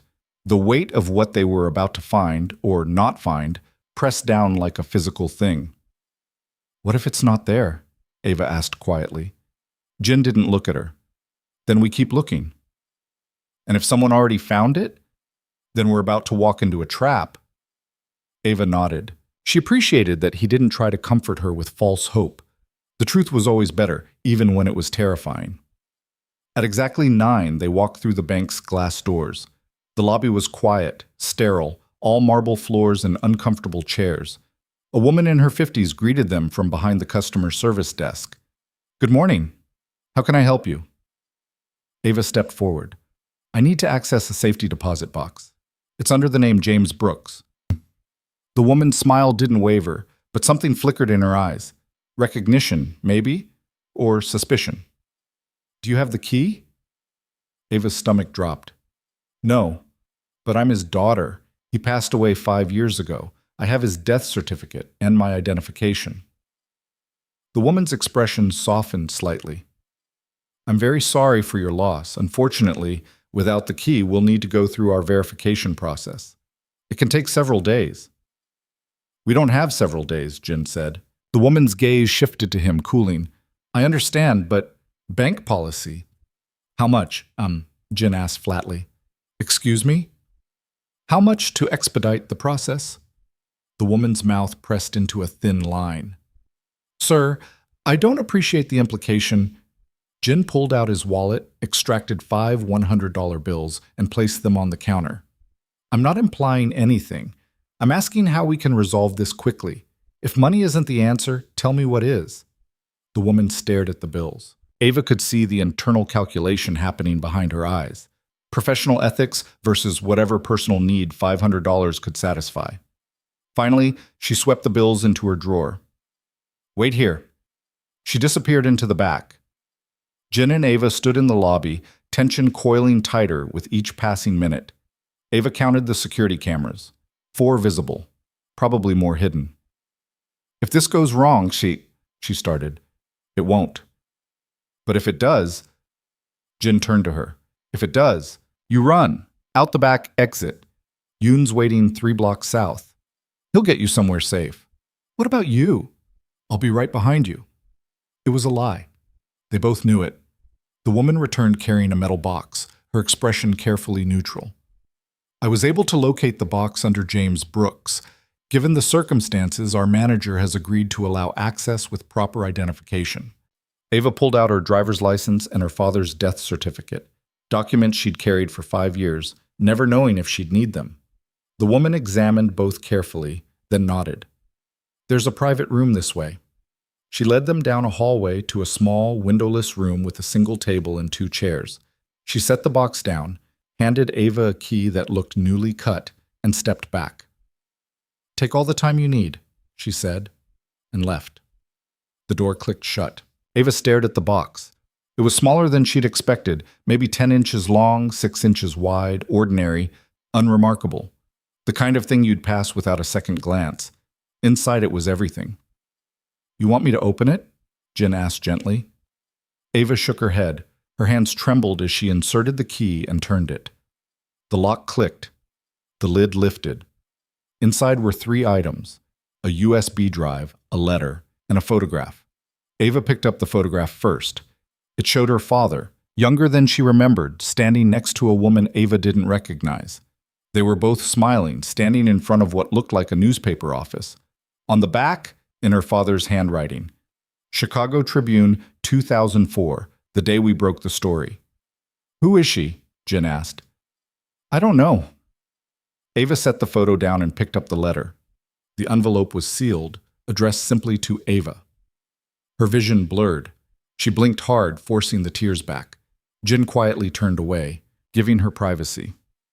Ava opened the envelope with shaking hands. The letter was dated March 10th, 2019, 1 week before her father died. "My dearest Ava," it began. "If you're reading this, it means I didn't make it. I'm sorry. I'm so sorry for everything I've put you through, for all the secrets I kept, for all the lies I told to keep you safe. You deserve the truth, all of it. The woman in the photograph is Sarah Chen. She was my partner, not romantically, but professionally. We worked together at the Tribune before everything went to hell. When I started investigating the trafficking network, she helped me, did research, made connections. She was brilliant and brave, and she believed, like I did, that the truth mattered more than safety. She died because of that belief. 3 years into our investigation, someone found out what we were doing. They killed her, made it look like a robbery. I knew better. That's when I went underground, changed our names, moved us constantly. I couldn't let them find you, couldn't let you become another Sarah. But the work wasn't finished. I kept investigating, kept gathering evidence, and I found something bigger than I ever imagined. The trafficking network wasn't just criminal, it was institutional. Police, judges, politicians, people sworn to protect the innocent were profiting from their suffering. The USB drive contains everything: names, dates, financial records, testimony, 5 years of work, enough to bring down the entire operation. I was going to release it, but I got scared. If I did, they'd come after you. They'd know you existed. They'd hunt you like they hunted me. So I hid it, buried it deep, told myself I was being strategic. But the truth is, I was a coward. I chose your safety over justice for hundreds of people still being trafficked, still being hurt. I don't know if I made the right choice. Maybe there is no right choice in situations like this. Maybe we just make the least wrong decision we can and live with the consequences. But now the choice is yours, Ava. You can take this evidence and bury it again. Live your life, stay safe. No one would blame you. Or you can finish what your old man started. Expose these people. Burn it all down. Either way, know that I loved you, that every decision I made, right or wrong, was because I wanted you to have a chance at a life I never could. Be brave, my daughter, but also be smart. The world needs people who are both. Forever your father, Lee Sang-ho. Ava folded the letter carefully and set it down. Her hands were steady now. The tears had stopped. Jin turned back around. What does it say? It says we have work to do. She picked up the USB drive. They left the bank quickly, Jin's hand hovering near the gun concealed under his jacket. But no one stopped them. No one followed. They made it back to the car without incident. Yoon was waiting at the penthouse with equipment. He plugged the USB drive into a laptop that wasn't connected to any network. Air-gapped, completely isolated. The drive contained hundreds of files, documents, recordings, photographs. A digital archive of corruption so vast and detailed, it took Ava's breath away. This is... Yoon trailed off, scrolling through folder after folder. Your father was meticulous. He was a journalist, Ava said quietly. He knew how to build a case. Jin leaned over Yoon's shoulder, reading. His expression darkened with each passing minute. Half these names are people I know, people I've done business with. Did you know what they were doing? No, but I should have. Jin's jaw tightened. I should have asked more questions, looked closer. You were trying to survive, Ava said. So were they. The difference is what they were willing to do to survive. Jin looked at her. What do we do with this? We release it. All of it. It'll start a war. People will die. People are already dying. They just die quietly. In the dark. Where no one has to see. Yoon spoke up. If we release this, it needs to be done right. Multiple outlets simultaneously. Journalists who can verify the information. Legal protection for everyone involved. I know someone, Ava said. Elena Rodriguez. She's an investigative reporter with the Tribune. She worked with my father years ago. If she's still there, she'll help. Jin pulled out his phone. I'll have someone confirm. If she's clean, we approach her. It took 3 hours to verify Elena Rodriguez's background. No suspicious connections. No history of being compromised. Just 20 years of solid investigative journalism and a reputation for taking down powerful people. They set up a meeting for that night. Neutral location. Public enough to be safe, private enough to talk. Elena arrived at the coffee shop in Wicker Park, looking exactly like Ava had imagined. Mid-50s, sharp eyes, dressed practically. She spotted them immediately, crossed the room without hesitation. You said you have information about Lee Sang-ho, Elena said, sliding into the booth across from them. No pleasantries, straight to business. I'm his daughter, Ava said. Elena's expression shifted. Surprise, then something like grief. I thought you were dead. When Sang-ho died, people said his whole family was gone. That was intentional. Smart. Elena looked at Jin. And you are? Someone who wants to finish what her father started. Elena studied them both. What do you have? Ava slid a folder across the table. It contained printouts from the USB drive, just enough to prove the information was real without revealing everything. Elena read in silence. Her expression went from skeptical to focused to furious. Where did you get this? She asked quietly. My father left it for me. 5 years of investigation. Names, dates, financial records, everything needed to prove the trafficking network exists and who's running it. This goes high, really high. We know. Elena looked up. People have died for less than this, you understand that? My father died for exactly this, Ava said. I'm not letting that be for nothing. Elena sat back, thinking. If we publish this, we do it right. Multiple verification sources, legal review, protection for you and anyone else involved. The Tribune has resources, but we'll need help. Other outlets. Maybe the FBI. Jin shook his head. The FBI has compromised agents. Your father's files prove it. Then we go around them. State prosecutors, federal investigators we can verify. It'll take time. How much time? Ava asked. 2 weeks. Maybe 3. We don't have 3 weeks, Jin said. The people on that list know we're digging. They'll either run or come after us. Then we work fast. Elena leaned forward. But we do it right. Rush journalism gets people killed and cases thrown out. Your father spent 5 years building this. Don't waste it by moving too fast. Ava looked at Jin. He nodded slowly. 2 weeks, Ava said. But we stay involved, every step. Elena smiled slightly. Wouldn't have it any other way.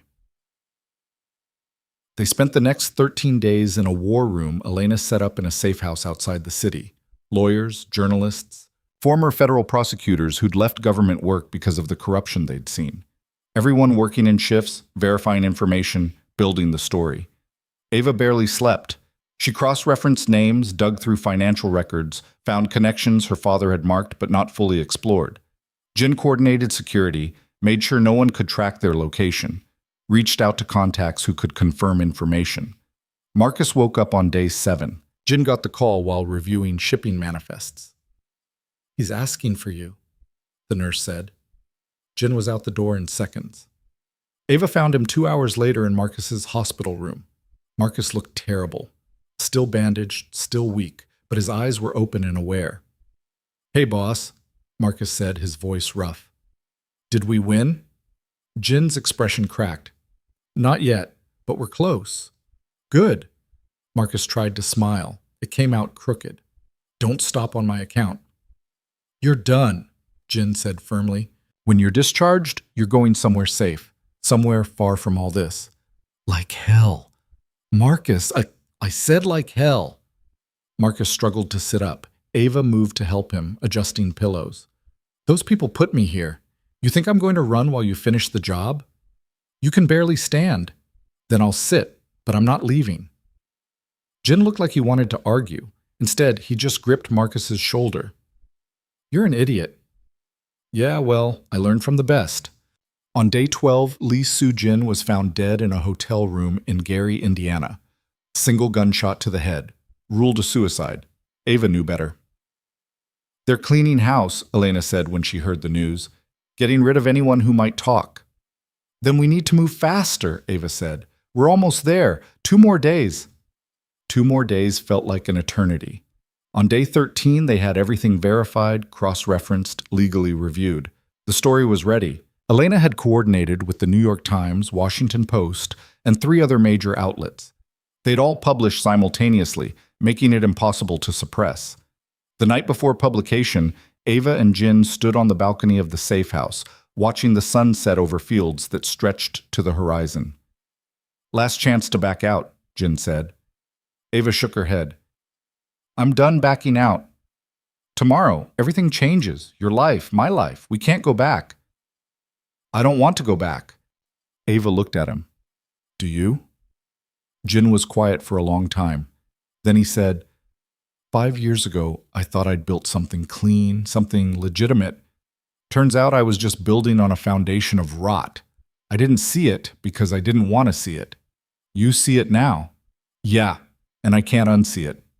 He turned to face her. Your father tried to burn it all down. They killed him for it.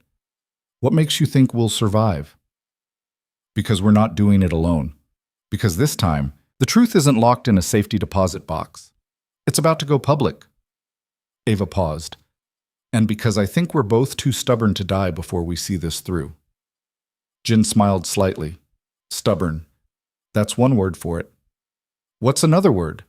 Reckless, foolish, brave. He reached out, tucked a strand of hair behind her ear. You're a lot like your father. Is that a compliment? I'm still not sure. They stood there in the fading light. Two people who shouldn't have trusted each other but somehow did. Two people who'd started as enemies and become something else. Something that didn't have a name yet but felt real. Jin? Ava said quietly. Yeah? Thank you for not killing me when you found out who I was. Thank you for not killing me when you had the chance. We're a mess, aren't we? The worst. Ava laughed. It felt strange, laughing on the eve of a war, but also right. The next morning, the stories went live. The New York Times led with widespread trafficking network exposed, politicians, police implicated. The Washington Post ran 5-year investigation reveals institutional corruption. The Tribune's headline was simpler, the truth Lee Sang-ho died for. Within hours, it was everywhere. Cable news, social media, international outlets picking up the story. The names started trending. Senator Park, Judge Caldwell, Detective Morrison, dozens of others. By noon, arrests had begun. By evening, 3 politicians had resigned. By the next morning, the FBI had opened formal investigations into 17 different individuals and organizations. Ava watched it unfold from the safe house, barely breathing. Her father's work, his life, his death. All of it validated, all of it meaningful. Elena called that afternoon. You need to see this. She sent a video link, a press conference. The U.S. Attorney for the Northern District of Illinois standing at a podium. Based on evidence provided by investigative journalists, the attorney said, we are announcing indictments against 43 individuals involved in a widespread human trafficking operation. This investigation is ongoing, and we expect additional charges to follow. The room erupted with questions from reporters, but Ava barely heard them. She was focused on the attorney's final statement. This prosecution would not be possible without the courageous work of Lee Sang-ho, whose investigation laid the groundwork for everything we're doing today. His daughter, who wishes to remain anonymous, provided the evidence that allowed us to move forward. The pursuit of justice requires sacrifice. The Lee family exemplifies that sacrifice. The video ended. Ava sat in silence, tears streaming down her face. Jin sat beside her, saying nothing, just being present. He would have been proud, Jin said finally. He would have been terrified, Ava said. But yeah, proud too. The next week was chaos. More arrests, more resignations. The networks Lee Sang-ho had exposed didn't just crack. They shattered. Operations shut down across 3 states. Victims were found and freed. Safe houses were raided. It wasn't clean. It wasn't perfect. Some people escaped. Some evidence was lost. Some victims were too traumatized to testify. But it was progress. Real, measurable progress. And for Ava, that was enough. 2 months later, she stood in front of what used to be the Blue Lotus. The restaurant had closed. Mr. Cho had retired, moved back to Korea. The building was empty now, windows papered over, a for lease sign hanging crooked in the door. This was where it all started, where she'd broken her silence, where she'd met Jin. Thinking about buying it? Jin's voice came from behind her. Ava turned. He looked different somehow, lighter. The weight he'd been carrying since she met him had eased, just slightly. Maybe, well, she said, turn it into something useful, a community center, resources for people trying to start over. Your father would like that. What about you? What would you like? Jin considered the question. I'd like to stop running organizations I can't control. I'd like to build something that actually helps people instead of just claiming to. He paused. I'd like to see if there's a version of my life that doesn't end in violence. Is there? I don't know, but I'm willing to find out. They stood together, looking at the empty building, both thinking about everything that had happened inside those walls. I talked to Marcus, Jin said. He's coming back to work. I thought you sent him away. I did. He refused. Said if we're rebuilding, he wants to help. Are we? Rebuilding? Jin looked at her. I think so, or trying to anyway. Ava nodded. It won't be easy. People don't just forget who you were. No, but maybe they can learn to trust who you're becoming. 3 months after the first stories broke, Ava and Jin stood together at the dedication ceremony for the Lee Sang-ho Foundation.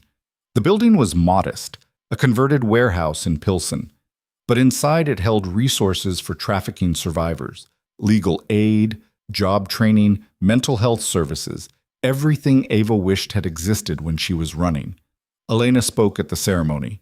Marcus, too, still moving carefully but determined. Representatives from the organizations they'd exposed gave statements. Victims, now survivors, shared their stories. Jin didn't speak. He'd asked to stay in the background. This isn't about me, he'd said, but Ava made him stand beside her when she cut the ribbon. It's about all of us, she'd insisted, everyone who fought to get here. Afterward, they walked back to Jin's car, not the penthouse anymore. He'd sold it, moved into something smaller, more normal. You ever think about what happens next? Ava asked. All the time. And I think we figure it out as we go. Make mistakes, fix them, try to be better than we were yesterday. Ava smiled. That's very optimistic for you. I'm trying something new. Optimism, see how it fits. How does it fit? Uncomfortable, but in a good way. They reached the car. Jin opened the door for her, a habit he'd never quite broken despite Ava's insistence she could handle her own doors. Jin? She said before getting in. Yeah? Do you ever regret it? Any of it? He thought about the question seriously. I regret Marcus getting hurt. I regret not seeing the corruption sooner. I regret that your father died trying to do what we're doing now. He paused. But I don't regret meeting you, even though you're difficult and stubborn and you never listen. I listen. You hear, you don't listen, there's a difference. Ava laughed. Fine, I don't listen, but neither do you. No, I don't. Jin smiled. Guess we're perfect for each other. Is that what we are? Perfect? God, no, we're a disaster, but we're trying. That's more than most people can say. Ava got in the car. Jin closed the door, walked around to the driver's side. As they pulled away from the foundation, Ava looked back at the building one more time. Her father's name etched in stone above the entrance. His work continuing, his legacy living on. She thought about the letter he'd written, about being brave and smart, about making the least wrong decision and living with the consequences. She thought about all the choices that had led her here. Speaking Korean that night at the restaurant, trusting Jin when she shouldn't have, fighting instead of running. None of it had been perfect. None of it had been easy, but it had been real. And maybe that was the point. Not to live perfectly, but to live honestly. To make choices you could defend, fight for things that mattered, and surround yourself with people who saw you, really saw you, and chose to stay anyway. Where to? Jin asked. Ava thought about it. Wherever. I'm not running anymore. Good. Jin reached over, took her hand, because I'm not either. They drove through the city as the sun set, two people who'd started as strangers and become allies, then friends, then something more. Two people shaped by violence who'd chosen, together, to build something different. The road ahead wouldn't be easy. The world they'd exposed wouldn't forgive quickly. There would be threats, setbacks, days when the weight of what they'd done felt too heavy to carry, but they'd carry it anyway. Together. Because that's what you did when you stopped running, when you stopped hiding, when you looked at the broken parts of yourself in the world and decided to fix what you could, accept what you couldn't, and keep moving forward anyway. That's what Lee Sang-ho had tried to teach his daughter. Not that the world was fair or just or kind, but that it was worth fighting for. That truth mattered. That one person, armed with courage and evidence and an unwillingness to look away, could actually make a difference. Ava had doubted that lesson for 5 years. She'd run from it, hidden from it, tried to pretend it wasn't true. But now driving through a city that was safer because of what they'd done, sitting beside a man who'd chosen truth over convenience, heading toward a future that was uncertain but honest. Now she believed. Not in perfection, not in easy answers, but in the possibility that broken people could help fix a broken system, that enemies could become allies, that justice, however imperfect, was always worth pursuing, and that sometimes the most dangerous thing you could do was refuse to stay silent. 6 months later, Ava stood in the cemetery where her father was buried. She hadn't visited since the funeral, hadn't been able to face it. But today felt different. She knelt beside the headstone, placed fresh flowers in the holder. "I finished it, Dad," she said quietly. "Your investigation, your work, it's done." The wind rustled through the trees. Somewhere nearby, a bird sang. "I know you wanted me to be safe, to stay hidden, but I couldn't, not anymore." Ava touched the cold stone. "I hope you understand. I hope you're proud." She stayed there for a long time, talking to someone who couldn't answer, but who she hoped, somehow, could hear. When she finally stood to leave, Jin was waiting by the car. He didn't ask if she was okay, didn't offer platitudes. He just opened the door and waited. Ava got in. They drove away from the cemetery, toward the foundation, toward the life they were building. It wasn't the life she'd imagined when she was 19. It wasn't safe or simple or easy, but it was hers, chosen, earned, real. And for the first time in 5 years, Ava Brooks, daughter of Lee Sang-ho, survivor, fighter, truth-teller, felt something she'd almost forgotten existed. She felt free. The story that began with silence ended with a voice. The journey that started in fear ended in courage. And two people who should have destroyed each other instead chose to build something better. Not perfect, never perfect, but honest and brave and worth fighting for. And sometimes that's all you can ask for. Sometimes that's everything.